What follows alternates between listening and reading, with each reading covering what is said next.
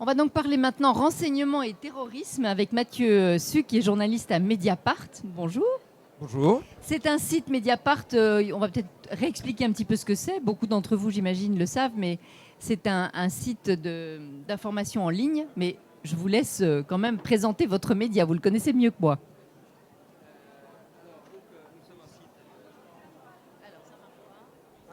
Là, ça doit être... Voilà. Donc, nous sommes effectivement un site d'information en ligne où tout est... Alors, Mediapart, il y a deux parties. Il y a la partie journal traditionnel où là, on a pris, nous, le pari de faire tout payant en disant, voilà, on va faire de la qualité, on refuse toute publicité, toute subvention. Et donc, notre slogan, c'est « Seuls nos lecteurs peuvent nous acheter ». Donc, je suis désolé, vous ne pouvez pas regarder les articles de Mediapart, sauf à être abonné. On n'a pas le droit d'acheter un seul article. Il faut être abonné. Et d'ailleurs, il faut que je vous le dise 5 fois, sinon je me fais virer par Edoui. Abonnez-vous. Mais c'est-à-dire, on lit les premières lignes, quoi. Voilà, et après, tout à fait. Je m'abonne. Et après, en revanche, il y a l'autre partie, donc Mediapart, média et le côté participatif. Là, c'est un club où c'est ouvert à tout le monde. C'est-à-dire, vous-même, vous pouvez faire des billets en tant que citoyen et exprimer toutes vos opinions, ce qui fait qu'on a plein d'opinions diverses et variées qui s'expriment et qui ne sont pas forcément nos idées à nous, mais l'idée c'est de donner un espace, une agora républicaine pour ceux qui veulent parler à partir du moment où ça reste dans un cadre démocratique et que les propos tenus ne sont pas diffamatoires. Ça fait une dizaine d'années, hein, c'est ça que vous existez ? Ça fait 11 ans 11 et ans. bien sûr Mediapart s'est fait connaître par les scandales politico-financiers qu'on a révélés. Je dis on, mais en fait j'y étais pas encore, et c'est pour les essentiels. C'est-à-dire les affaires Bettencourt, Cahuzac bien sûr. Ces derniers temps, nous revoilà sur Benalla. Et pour mon cas très particulier, pour vous faire très rapide, moi j'étais un journaliste de faits divers dans la presse populaire, donc d'abord le Parisien puis François. Vous vous occupiez de grand banditisme ? Notamment de grand banditisme principalement. Et après, j'ai été au Monde, et j'étais notamment au Monde au moment des attentats de janvier 2015 de Charlie Hebdo, de l'hypercachère.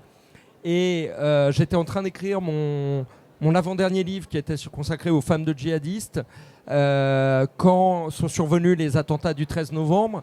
Et Mediapart s'est dit qu'ils étaient très très forts sur tout ce qui était scandale politico-financier, mais que la question du djihad et du terrorisme était appelée malheureusement à s'inscrire dans la durée et qu'ils n'avaient personne qui travaillait sur les services de renseignement, et donc ils sont venus me chercher. Et voilà, et puis je m'y plais énormément, et donc j'y suis maintenant depuis 3 ans, 4 ans, je ne sais plus. C'est une grosse rédaction ? Non, on est un petit groupe, enfin on est une cinquantaine. Ils ont commencé à 12 ou 15, donc c'est déjà beaucoup. On est en exponentiel à cause du succès de Mediapart, mais au regard des médias nationaux traditionnels, on est une petite structure et ça nous va très bien. On aime bien garder ce côté combattant et petite rédaction. Et artisanal, c'est Voilà. artisanal. C'est Tout à fait. des Non, artisans mais quand même très, très pointus. Je revendique. Mais aujourd'hui, vous êtes une référence en la matière, mais c'était pas gagné au départ. Non, ça a été compliqué. Alors, je dis on, mais là, moi, je les ai pas connus, mais ils ont mangé des vaches noires au départ. Et ça a été surtout l'affaire Cahuzac qui a relancé le succès. Mediapart a bien marché, il y a eu les affaires Bettencourt et consorts. Mais Mediapart tapait sur le quinquennat de Sarkozy.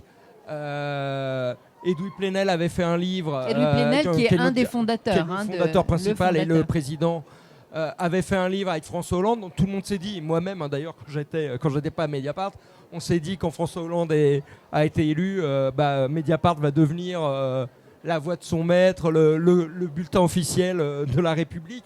Et au bout de 2 mois, pas du tout, ils sortent et ils font tomber l'affaire Cahuzac. Donc ça a donné, au-delà déjà de faire tomber un ministre en exercice, c'est quand même assez rare dans l'histoire de la République, et qui plus est, quand vous êtes un média qui s'était fait connaître en dénonçant des choses illégales sur la droite, quand la gauche arrive au pouvoir, vous faites la même chose. Et quand vous regardez l'histoire de Mediapart, on a dénoncé des scandales, que ça vise la droite, l'extrême droite, la gauche, le centre, l'extrême gauche. Et d'ailleurs, on a un lectorat. J'allais vous demander quel est votre lectorat, quel âge, quel panel alors, société. alors, on a un lectorat peut-être plus de gauche, parce qu'à l'heure actuelle, il n'y a plus vraiment de médias de gauche très marqués. On va dire ça à Laurent Geoffrin de Libération, il va être content. Mais pas aussi, qui ne mènent pas autant de combats éditoriaux que nous, éventuellement, et on peut le dire à Laurent Geoffrin, ça ne me dérange pas.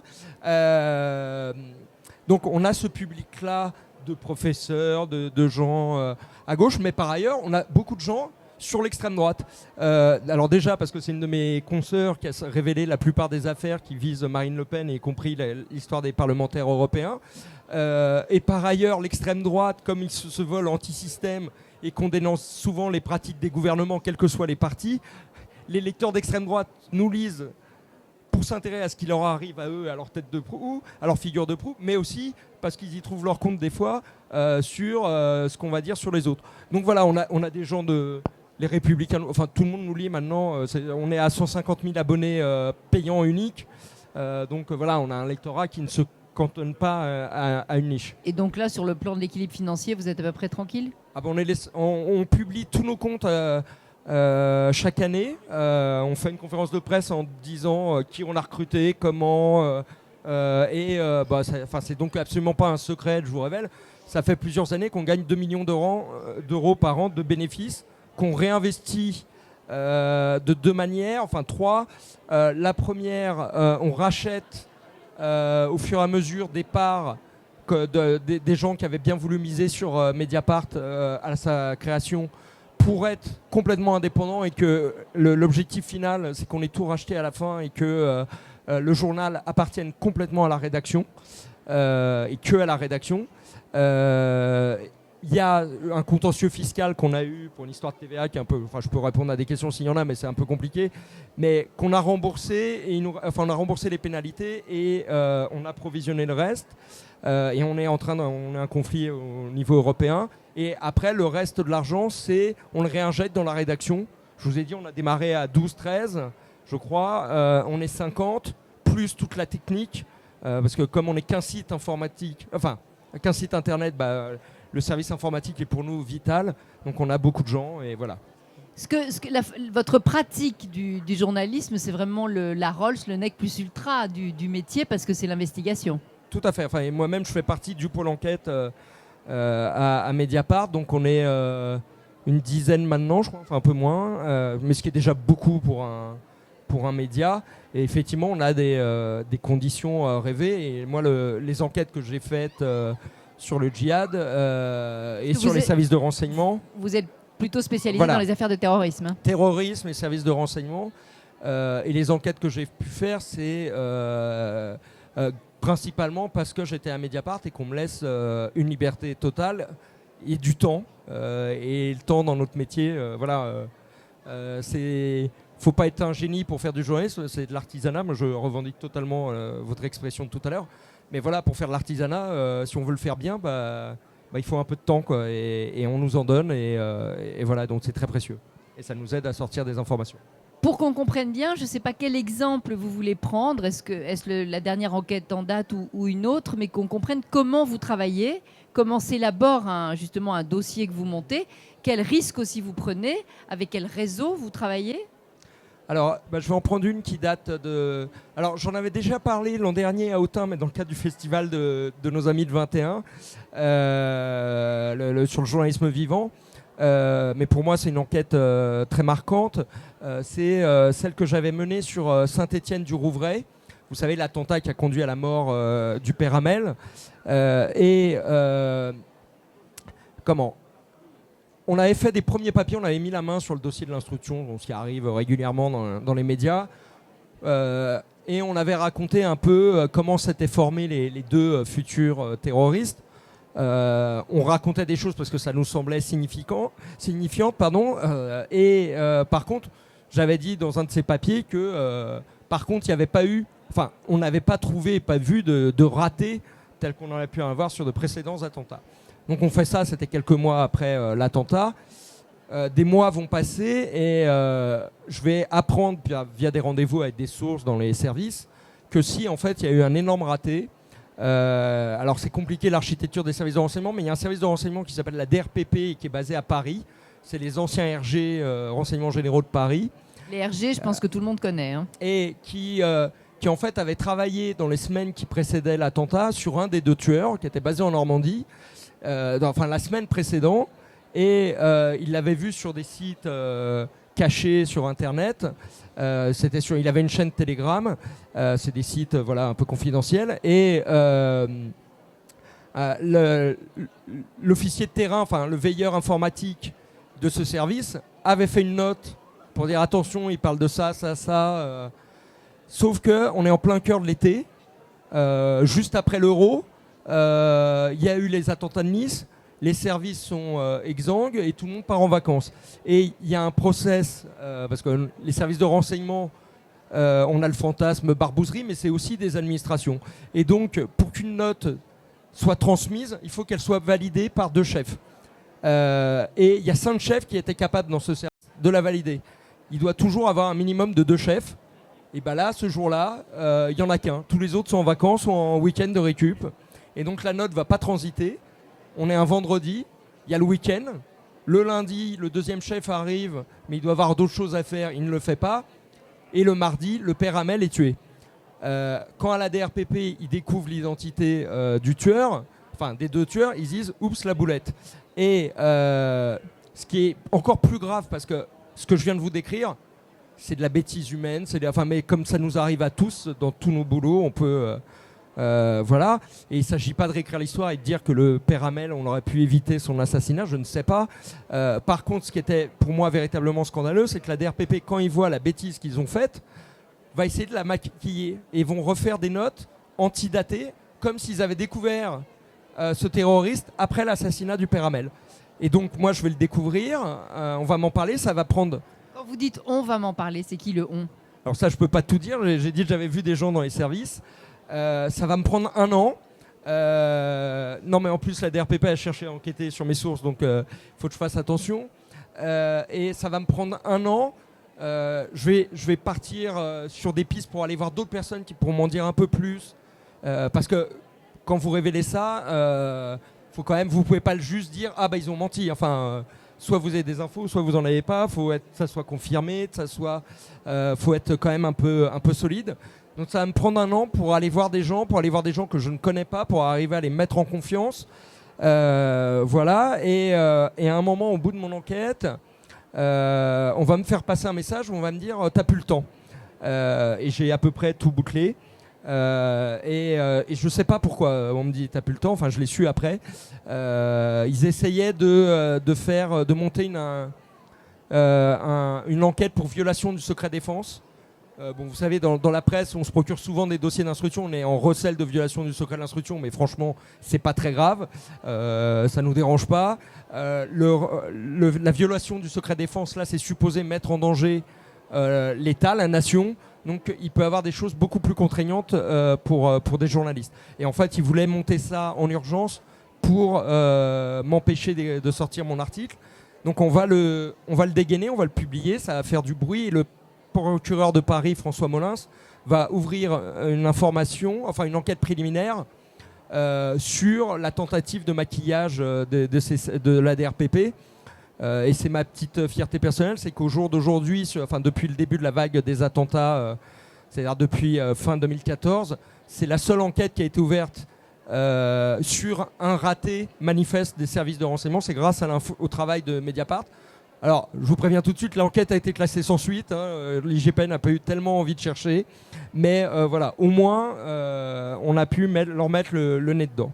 Ça, vous disiez 1 an, ça veut dire que c'est 1 an à plein temps. Pour vous, vous Non. bossez parallèlement sur d'autres dossiers. Non, je bossais sur d'autres dossiers. Il y a eu un temps très long aussi d'approche de certaines personnes. Je suis Et désolé, d'une confiance. à l'intérieur du Non, service. et d'une confiance à établir aussi. Voilà.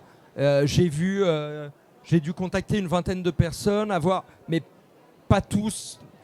Tous ne savaient pas l'intégralité de l'histoire. C'était aussi pour avoir des petits bouts, pour vérifier ce que d'autres sources avaient pu me dire. Ça a été très très fastidieux. Et par ailleurs, il fallait absolument que je protège mes sources. Et d'ailleurs, quand on publie l'article, ça faisait 1 mois que j'avais déjà écrit l'article, enfin une première mouture, et je l'amendais avec des rendez-vous de seconde main, on va dire, et des gens en qui j'avais moins confiance. Et d'ailleurs, ça a été salutaire parce que c'est une des dernières personnes que j'ai approchées qui m'a balancé à ces hiérarchies. Et par ailleurs, ils ont cherché à identifier mes sources. Mais comme les vraies sources, ça faisait plus d'1 mois ou 2 que je les avais pas vues, c'était très compliqué pour remonter. Et puis, on ne peut pas enquêter sur des journalistes. On peut enquêter sur des gens dans les services sur lesquels on soupçonne qu'ils renseignent des journalistes. Mais si on enquêtait sur moi, là, ils se mettraient en contravention de la loi. Donc voilà, c'était compliqué. Donc ça m'a permis de sauver jusqu'à présent mes sources. Qui, in fine, donne le feu vert pour qu'une publication soit faite?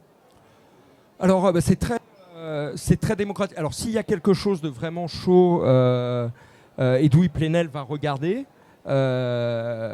Et par ailleurs, on fait relire sur certains papiers qui peuvent présenter des difficultés juridiques. Parce que Mediapart est très attaqué. Comme on dérange, je crois qu'on est à 200 procès en 10 ans, ce qui est quand même 200 procédures. Et qu'à l'heure actuelle, il y a un gros service juridique alors. Non, on a un cabinet d'avocats extérieur, mais avec qu'on fait beaucoup travailler. Et par ailleurs, sur les 200 procédures, je crois qu'on en a perdu 3 ou 4 à l'heure actuelle. Il y en a 1 ou 2 encore en cours et qu'on va peut-être perdre, mais voilà, le ratio. Donc on fait très attention à ça. Donc on fait valider par un avocat. Et d'ailleurs, sur ce papier-là, je l'avais fait relire par notre avocat. On avait amendé 1 ou 2 choses pour pas se mettre dans l'illégalité. Mais par exemple, sur cette affaire, j'en avais parlé à mon chef au pôle enquête. Il savait ce que je faisais. À un moment, quand on m'a fait passer le message de « vous avez plus le temps », il se trouve que, je suis désolé, c'est un peu frustrant, mais je ne peux pas rentrer dans tous les détails. Je venais de récupérer d'autres éléments qui confirmaient, in fine, tout ce que j'avais fait depuis 1 an. Donc le matin, je suis arrivé, j'ai raconté en conférence de rédaction, donc devant, on n'était peut-être pas les 50, mais voilà, tous ceux qui étaient là, j'ai dit voilà, on a ça, voilà ce qui se passe. J'étais rentré un peu plus dans les détails que ce que je ne peux faire aujourd'hui, parce que c'était dans notre sphère privée de la rédaction.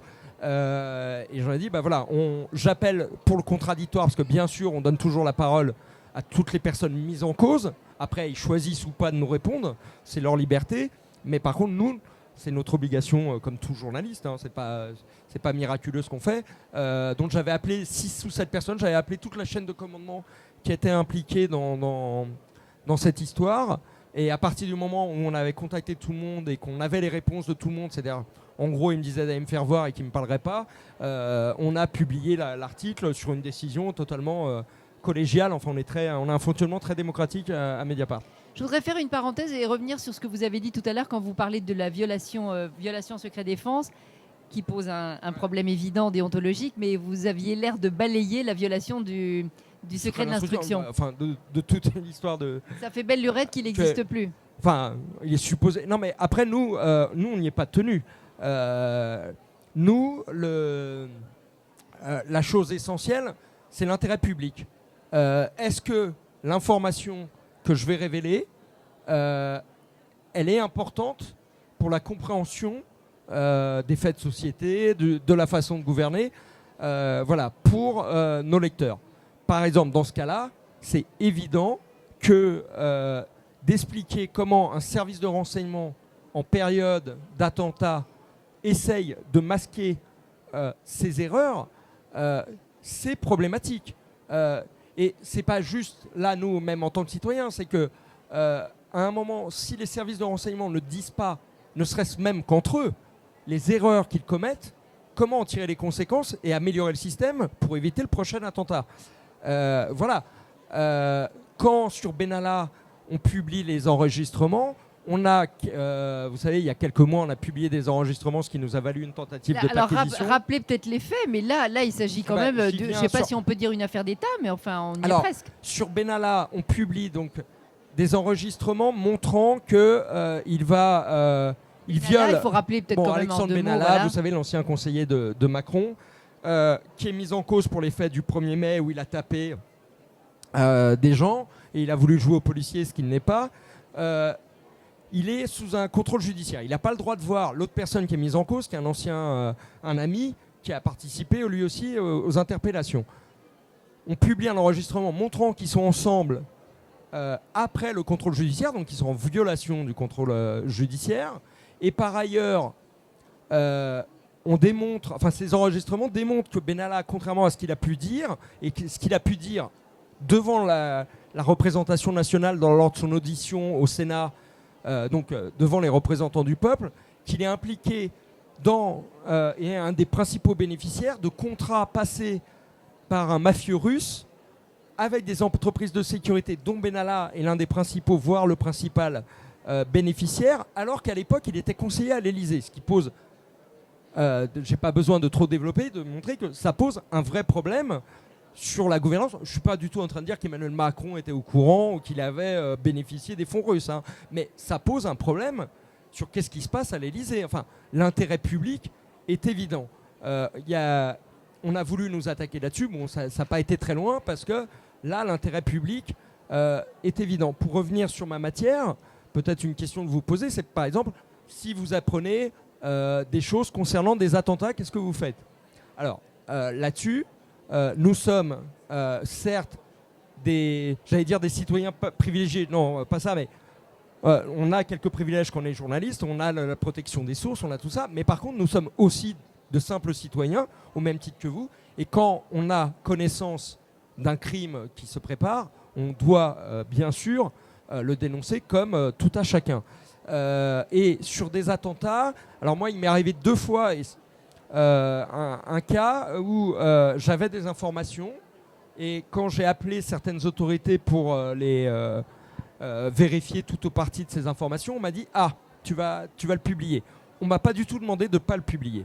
Mais l'une, c'était sur un commando. Je faisais un papier pour expliquer que Al-Qaïda, qui était en perte de vitesse, voulait faire la nique, si j'ose dire, à l'État islamique et donc voulait taper en France. On était quelques mois après le 13 novembre pour dire nous aussi on est capable de taper la France. Et qu'il y avait un commando qui avait été envoyé depuis le Yémen et qui était quelque part en Europe. Je vous en parle parce que ça a été rendu public après lors des commissions d'enquête parlementaires, donc voilà, c'est plus un secret. Et donc je travaillais là-dessus et on me dit tu vas sortir ça, ça nous embête. Et c'est vrai que je me suis posé la question, je me suis dit mais attends, si les gars sont dans la nature, qu'ils lisent le papier, qu'ils en entendent parler en se disant mince, on a été identifiés, on nous cherche, et que demain ils tuent 300 personnes parce qu'ils ont lu mon papier, bon, je vais peut-être pas bien le vivre. Donc on a retenu cette information-là, j'ai fait mon papier parlant de la menace d'Al-Qaïda, j'ai parlé du Yémen, mais j'ai pas du tout parlé du commando de 8 personnes qui étaient quelque part dans la nature, et fort heureusement n'est pas passé à l'acte. Il y a eu un autre cas d'un homme où on m'avait présenté en me le disant que c'est le nouvel Abaoud, et on me dit zut, là ça nous ennuie. Et donc pareil, j'ai parlé de l'histoire mais je ne l'ai pas du tout rendu identifiable et ça m'a fait plaisir à l'écriture du livre, c'est que j'ai découvert, enfin je sais en fait pourquoi c'était si gênant et il était en train de préparer un attentat et qui a été déjoué. Donc, Mais compte tenu de ce que vous nous racontez, donc on se croirait vraiment dans un film ou un thriller, est-ce que vous recevez quelquefois des menaces? Est-ce que vous êtes obligé d'être protégé parfois? Quand vous rencontrez les gens dont vous nous parlez, vous le faites évidemment avec des précautions immenses. Peut-être, je sais pas, vous mettez quoi, une perruque? Vous vous déguisez? Non. C'est pas autant, même si deux ou trois fois ça a donné lieu à des scènes un peu dignes d'un film. Mais non, alors il y avait plusieurs questions. Non, mais c'est quand même à certains moments, je dis pas tout le temps, mais ça peut être un métier à risque quand même que le vôtre. Oui, alors je fais attention. Quand on touche à des histoires des affaires d'État, c'est encore autre chose, mais des affaires de terrorisme. Alors, on fait attention, surtout qu'il ne vous a pas échappé que Il y a eu des attentats qui ciblaient tout le monde, mais il y en a qui étaient ciblés sur des catégories et que les journalistes, comme les juifs et comme les policiers, enfin les représentants des forces de l'ordre, ont été des cibles privilégiées et qu'encore aujourd'hui, on a des confrères qui sont menacés. Donc, je fais un minimum attention. Voilà, bien sûr. A priori, pour l'instant, je touche du bois, mais je ne suis pas une cible. Et puis, je pense qu'à l'heure actuelle, les djihadistes ont d'autres problèmes à régler. La situation s'est détériorée pour eux sur le théâtre syrien. Donc voilà, oui, on fait attention, mais pas ni plus ni moins. Et bien sûr, alors je n'ai pas de protection, déjà parce que on n'a pas de connaissance de menaces me concernant, donc il n'y a pas lieu d'être. Et personne à Mediapart n'en a. Non. Et puis par ailleurs, on tient aussi à notre indépendance et comment voir des sources de manière confidentielle si vous avez 2 agents de sécurité policiers qui réfèrent à l'État qui seraient avec nous. Voilà. Et quant à mes sources, je ne vais pas rentrer là non plus dans tous les détails. Voilà, après nous, à Mediapart, on a encore une fois, quand je vous disais que j'avais du temps, c'est pas seulement pour enquêter. Moi, j'ai choisi, sur mon traitement du djihad, de ne pas coller à l'actualité. C'est très conforme à ce qu'on fait à Mediapart. On impose notre propre agenda. C'est-à-dire l'actualité, c'est nous qui la faisons. Concrètement, alors si, quand il y a un attentat, bien sûr que je vais le couvrir, mais je fais le strict minimum. C'est-à-dire je vais prendre une dépêche d'agence. Éventuellement, si j'ai un peu de background sur le mode opératoire, je vais l'expliquer dans l'article. Mais je considère que vous en avez marre du 25e papier sur le complice qui a prêté les clés de sa bagnole pour un des kamikazes du Bataclan.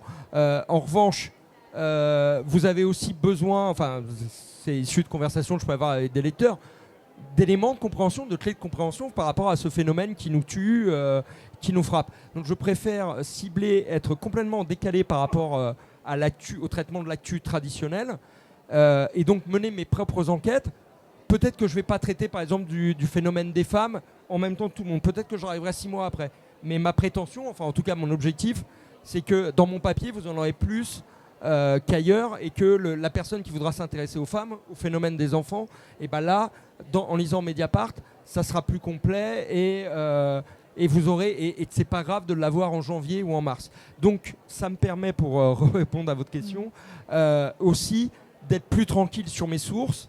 C'est-à-dire que des fois je récolte des infos. Là, à l'heure actuelle, je suis en possession d'informations que je n'ai toujours pas traitées dans Mediapart et que je traiterai peut-être que dans 6 mois, puisque quelque part, ça permet de les protéger. Là aussi, aller savoir quelle est la personne, et d'abord, c'est pas qu'une seule personne, mais aller savoir quelles personnes m'ont renseigné sur un papier si, en fait, mon enquête s'étale sur 6 mois, sur 1 an. Entre-temps, j'ai peut-être vu d'autres gens des services qui peut-être savaient, mais je ne les ai pas interrogés là-dessus. Voilà, ça protège mes sources. Dernière question, Mathieu Sick, est-ce qu'il y a l'équivalent de Mediapart dans d'autres pays? Si oui, lesquels? Et est-ce que vous êtes en relation les uns avec les autres? Alors, oui, on est en relation de toute façon avec plein de médias à l'étranger. On aide, que ce soit financièrement et puis en publiant leurs articles, enfin avec des partenariats. Il y a beaucoup de sites en région qui calquent en France. Il y a Médiacité, il y a dans le sud de la France, moi je les oublie, vous m'excuserez, qui font du travail de presse régionale, sauf que ils vont le faire donc en partant sur les sites internet parce que c'est moins coûteux bien sûr que de la presse imprimée, et ils vont essayer de faire du travail d'enquête local. Donc ça, on travaille beaucoup avec eux et on reproduit leurs enquêtes qu'ils publient eux-mêmes sur leur site. Et puis oui, avec des médias étrangers, il nous arrive de faire des enquêtes groupées. On fait partie d'un consortium international. Alors là, c'est pas sur le modèle de Mediapart, mais avec le Spiegel et d'autres. C'est l'EIC, alors c'est European, je ne sais plus quoi. C'est grâce à cet ensemble qu'on a sorti les Football Leaks, vous savez, sur toutes les turpitudes dans le monde du foot. On avait fait aussi, pour revenir sur la matière terreau, ça a été notre première enquête commune internationale. On avait fait sur les armes qui avaient servi sur Charlie Hebdo et l'hypercacher. On avait réussi à les tracer quasiment depuis leurs usines en Serbie ou ailleurs et voir tout le schéma, tout le parcours sur plusieurs années que ces armes avaient fait avant d'atterrir dans les mains des Kouachi, des Koulibaly. Donc voilà, on a plusieurs enquêtes comme ça. Bon, vous écouterez encore longtemps, mais malheureusement, on n'est pas tout seul, hein. Merci beaucoup en tout cas. Merci à vous. Mathieu.